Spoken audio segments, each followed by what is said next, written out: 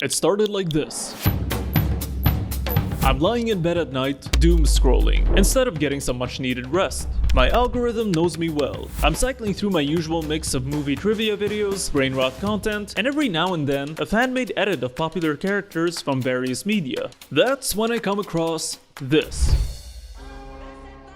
One of those edits for a cartoon that I've never seen before. The character designs look weird, goofy even, but the dialogue, especially from what seems to be the main villain, has an oddly grand theatrical weight to it. And then... a shockwave from the most epic, expensive looking animated superpowered punch fills the screen. Right then and there, I'm hooked. What is this show? Who is this character? And how can I watch more?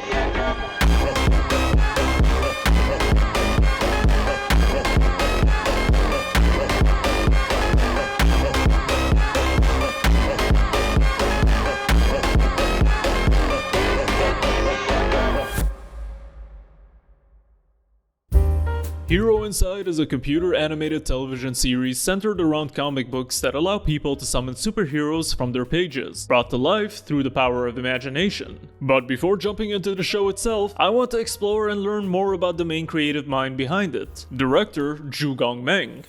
Born in 1973 and graduating high school in 1992, Joogong Meang went on to earn a degree in Western painting from Inha University. When I first entered university, I intended to study fine arts, specifically painting. Then, by chance, I took a course called Understanding Comics. Over time, I wanted to incorporate music, and I also wished for the characters to move, which made me lean toward animation, a more comprehensive art form than comics. However, I was not formally educated in animation. Instead, I taught myself through hands-on experience. After graduating from college, he began his career in 1999 by establishing an agency with his seniors, where he took on the role of head of the animation team. The company focused on creating flash animations based on published comics. However, he struggled to connect fun with profitability, which ultimately led to the company's closure. To fulfill his dream of creating original stories rather than working on other people's cartoons, he founded another small animation company with a few like-minded colleagues from his previous work. At the same time, he took on projects from other companies to ensure that the bills were paid. Sadly, even then he was barely keeping the company afloat. But when things were looking bleak, he received an offer from Tuba Entertainment, asking if he would be interested in joining the company as a director. He decided to accept the offer from Tuba Inc. because he needed a stable income to pursue his creative goals. And it was at Tuba where he created his breakout series, Larva. Larva follows the misadventures of two larvae, Red and Yellow, who live in the sewers of a city. The show is completely non-verbal, relying on exaggerated expressions and physical comedy to tell its stories. Red is a short-tempered, hot-headed larva, while Yellow is more laid-back, but often just as mischievous. The two constantly find themselves in chaotic situations, usually involving food that falls into their sewer home.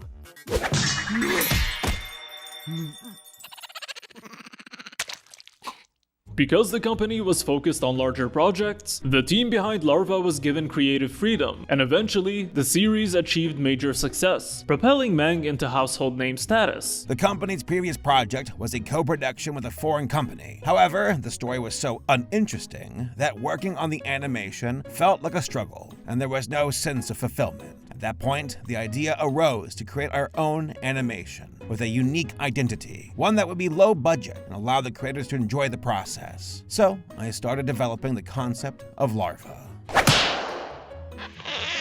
Meang became known as the father of Yellow and Red, and the series became a rare success for Korean animation, leading to his appearances on national television.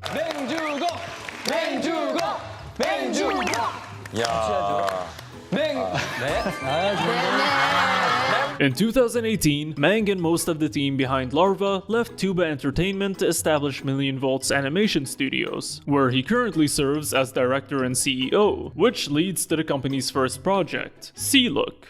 SEALOOK follows the comedic and often absurd daily lives of a group of adorable and quirky seals. The series is completely dialogue-free, relying on expressive animation and slapstick humor to tell its stories.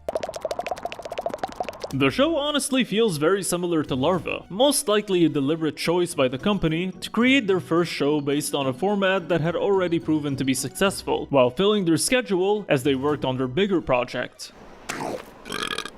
A year after the release of SEALOOK, Million Vault Animation Studios debuted their next original series. In the city of San Francisco, 13-year-old Mike, a daydreamer with an overactive imagination, stumbles upon a comic book that allows him to summon a superhero named Crying Man. As more of these books start popping up around the city, Mike teams up with his friend Nick to protect the innocent from those who seek to use the power of the comics for evil. I saved the Earth, but now what am I supposed to do with the rest of my weekend? This comic is really weird. That's nasty. It's immediately obvious that this project was targeting a global audience, with a particular focus on the Western market. In an interview, Meang stated, "The Korean market is quite limited. From the start, I planned this project with a global audience in mind. And in another interview he stated, I was looking for material that could compete on the world stage, whether it's a blessing or a curse. Superhero movies have not lost popularity these days. I thought we could appeal with a different kind of superhero story." As frustrating as it is to hear how making it explicitly Korean could hurt its chances of global success, he's not wrong. Previous Korean animated productions have indeed suffered from this. Korean animation doesn't have the same power as K-pop or K-drama. There's no advantage in pushing the label made in Korea. Since I'm Korean, I thought the Korean elements would naturally blend in. Japanese animation has fully established itself in the global market, and there's a specific audience for it. In the US, there's Disney and Pixar Animation. So I thought, how can we survive in the global market? At first, I did not know, but I hoped the reaction would be, this was made in Korea? The series first aired on the Korean cable channel Tooniverse and the online streaming service TVing, later expanding to HBO Max in Latin America in November of 2023. There it achieved notable success, becoming the 5th ranked show on the platform and securing 2nd place in the HBO Max TV shows category across 19 Latin American countries. It was later made available in North America. However, weirdly enough, detailed viewership data for this region has not been publicly released, making it difficult to assess its performance in the US market. Honestly, that kind of undermines the whole point of setting the show in the US to begin with. All that being said, let's finally dive into the show itself. What the? The show opens up with an epic battle between two superpowered beings, immediately showcasing the immense power of the comic books they originate from. In the midst of the action, we're introduced to a mysterious masked character known only as X. We then cut to a comic book store where we meet the main character of the series, Mike. With him is his outgoing best friend Nick, who tries to haggle with the cashier to lower the price of the comic they're buying. However, he quickly folds, and they end up paying full price, after the cashier throws in an extra comic book that no one wants, called Crying Man. You got a deal. Back home, Mike flips through the Crying Man issue with little to no interest. All of a sudden, through the power of his imagination, the character of Crying Man comes to life.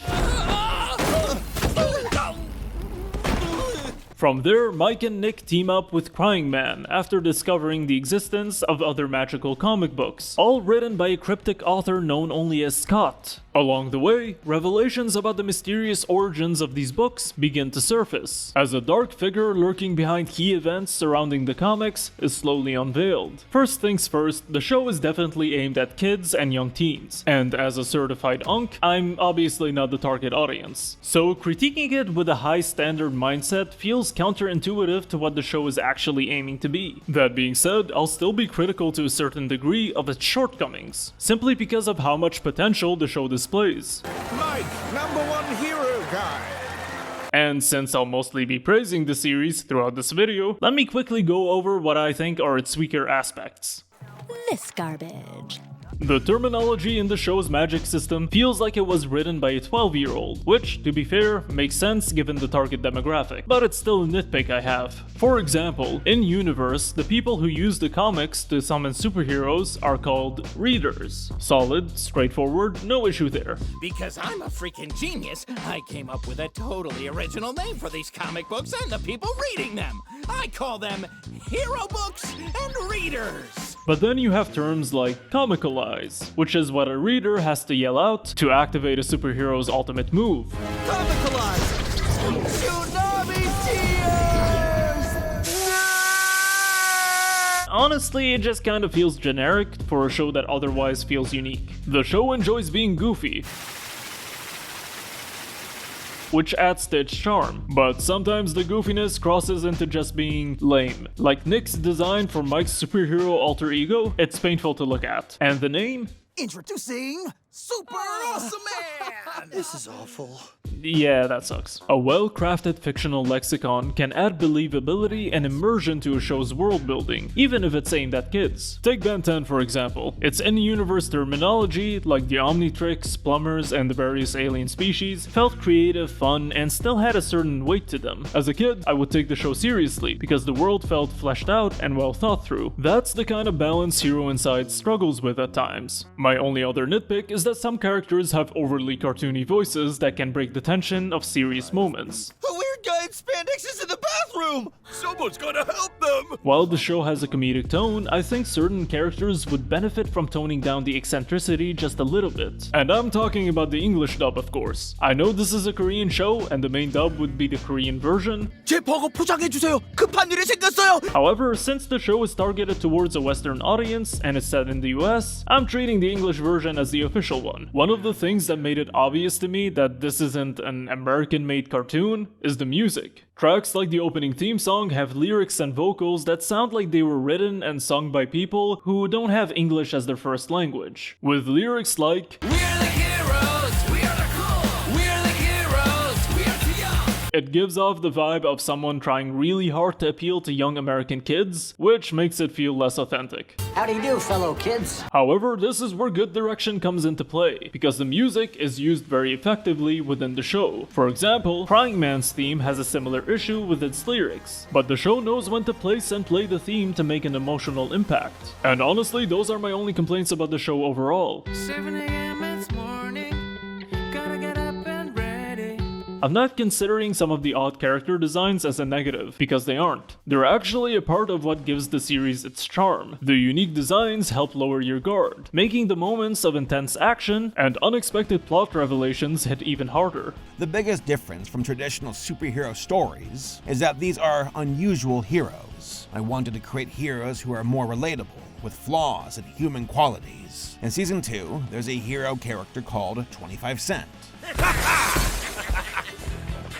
His upper body is a coin, and his lower body has wrestler legs, which makes him look quite funny. Typically, superheroes try to be cool, but I started to wonder, do humans really need to feel awe just because someone looks heroic? That's why I built the story around the idea that anyone can become a hero as long as they have the book.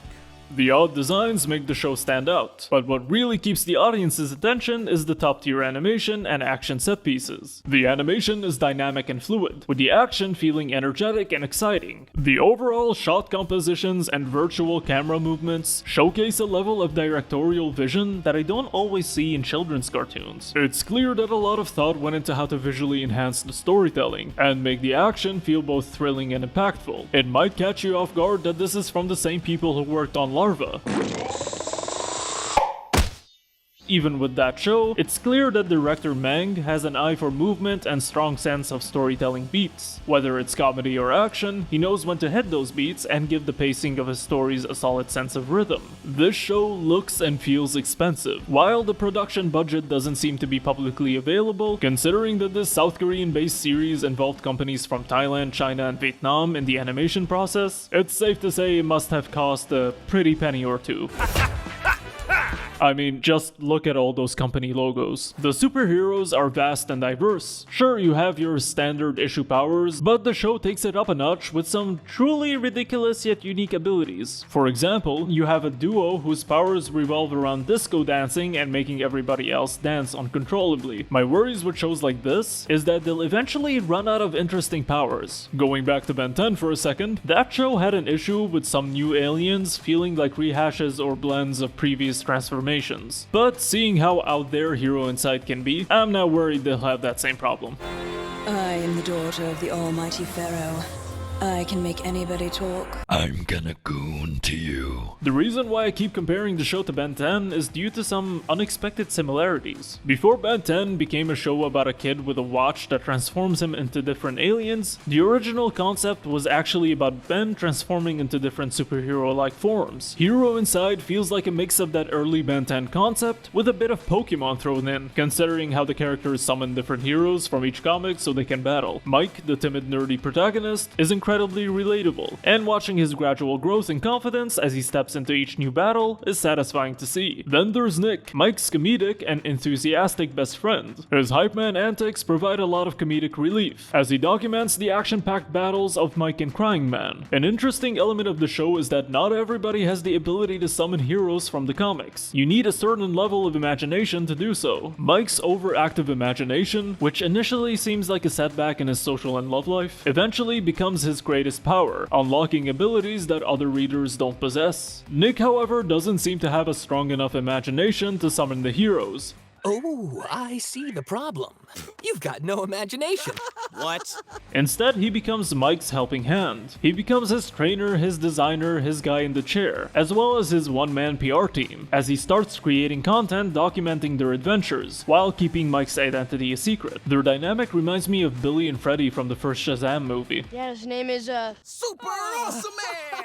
No, it's not. No, it's not. That's not my name. Eventually, they end up teaming up with the mysterious masked character X, after first starting out as rivals. X's identity has to be the most obvious reveal in the show, to the point where I'm not even considering it to be a spoiler to talk about it. X turns out to be a girl from Mike and Nick's school named Lucy, who Mike has a crush on. At school, she comes off as a kind and intelligent girl who treats others with respect. But as X, she's far more violent and intense, rarely caring about the property damage she causes, or who gets hurt in the pursuit of her goals. But after her interactions with Mike, she ends up changing her ways, also revealing that Scott, the mysterious writer behind the comic books, is her lost uncle. He's my uncle. Huh?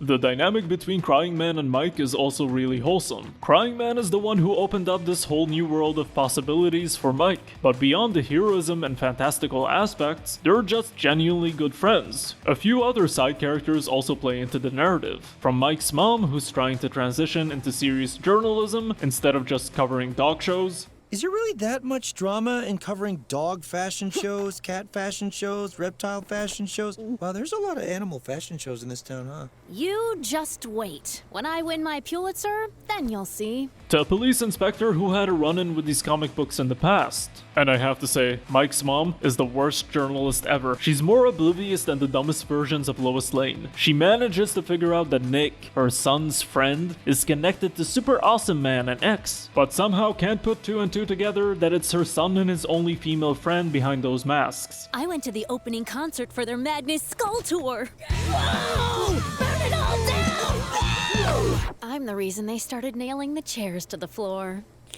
But hands down, the best characters in the show have to be the villains. And this is where it gets interesting, because even though the show has superpowered characters, none of them are straight up heroes or villains. Yes, in universe they all originate from comic books, where they're the starring hero, but in reality they're just pawns that do whatever the reader that summons them tells them to. So we get this interesting scenario where the antagonists of the show are just regular everyday people. Sometimes there's a single episode storyline where a mob group uses the comics to commit crimes, along with other one-off characters, but the main villains of the series right now come down to two groups. The first group we're introduced to is the Council of Comics, a bunch of nerdy losers led by DYGO. DYGO, a total man-child and the ultimate Discord mod stereotype. The group believes that nerds, dorks, and geeks are constantly mistreated and bullied by society, so their goal is to use the comics' powers to fight back and take over the city. But when guys like DYGO get power, they just end up abusing it and turning into bullies themselves, making them complete hypocrites. Going back to the Pokemon comparison, the way they're after all the comic books makes them feel like this show's Team Rocket, except in this case the R stands for Redditors.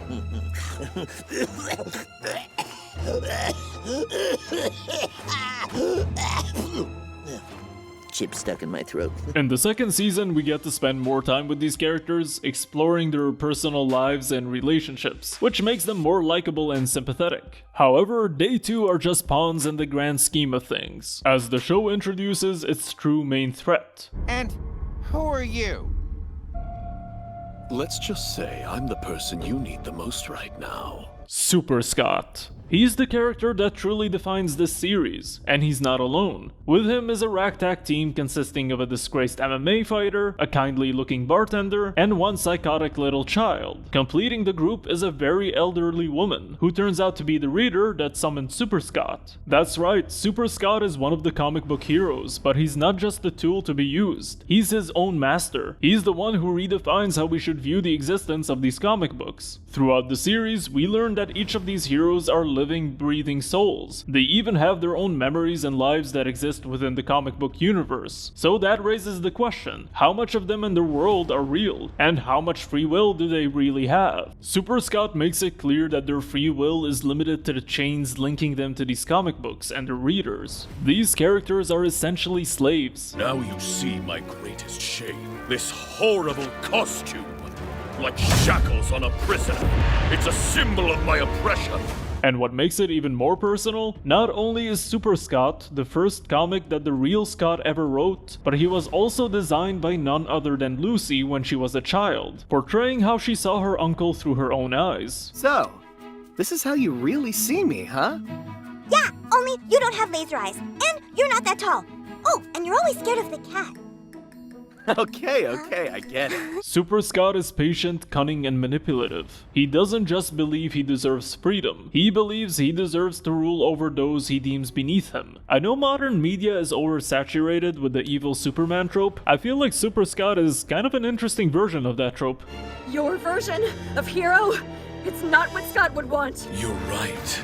This is my version of hero. The fact that he's able to defy his creator's original intention of being a hero makes me wonder how far the showrunners are willing to take this concept. Back when I was a kid, I was always coming up with fan theories about my favorite shows, especially with Ben 10, Codename Kids Next Door, and Samurai Jack. This show brings me back to those days. It introduces multiple enigmatic plot points that have yet to be fully revealed, from a secret government agency testing the power of the comics, to the backstory of Scott, the writer, and his connection to the mysterious disappearance of his childhood friends. All of these got my fan theory brain firing up on all cylinders again. What is even happening?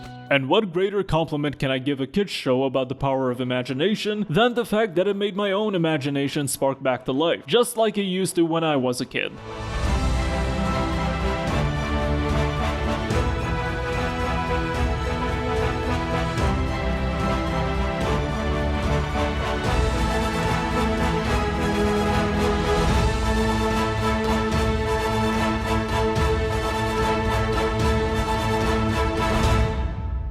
The show is 2 seasons in, with a third on the way sometime this year, and I really wanted to get more attention. The South Korean animation industry has been a key outsourcing hub for major studios since the 1980s, handling animation production for American, European, and even Japanese studios. So it's about time an original South Korean animated production gets its moment in the spotlight. And hopefully, if this show does well enough, we'll get to see more South Korean cartoons that don't have to hide their origins and instead fully embrace their Korean identity. I just wish they made it more accessible worldwide, because I struggled to find a way to watch it from my region. That being said, thank you for watching this video. Can't believe I got the actual voice actor for Crying Man to cameo. And don't even ask me how he managed to convince Saberspark to cameo. I can't thank him enough for that. My name is Sami, and if you liked and enjoyed this video, make sure to like, comment, share, and subscribe.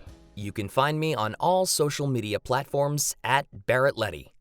Oh, I guess on YouTube it's at Barrett Letty VO, because someone else took at Barrett Letty.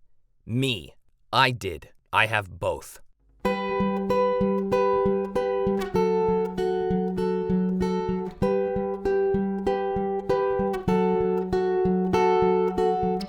a.m. it's morning, I gotta get up and ready. Not time to eat my breakfast, the bus is here already. Not over fun and playing,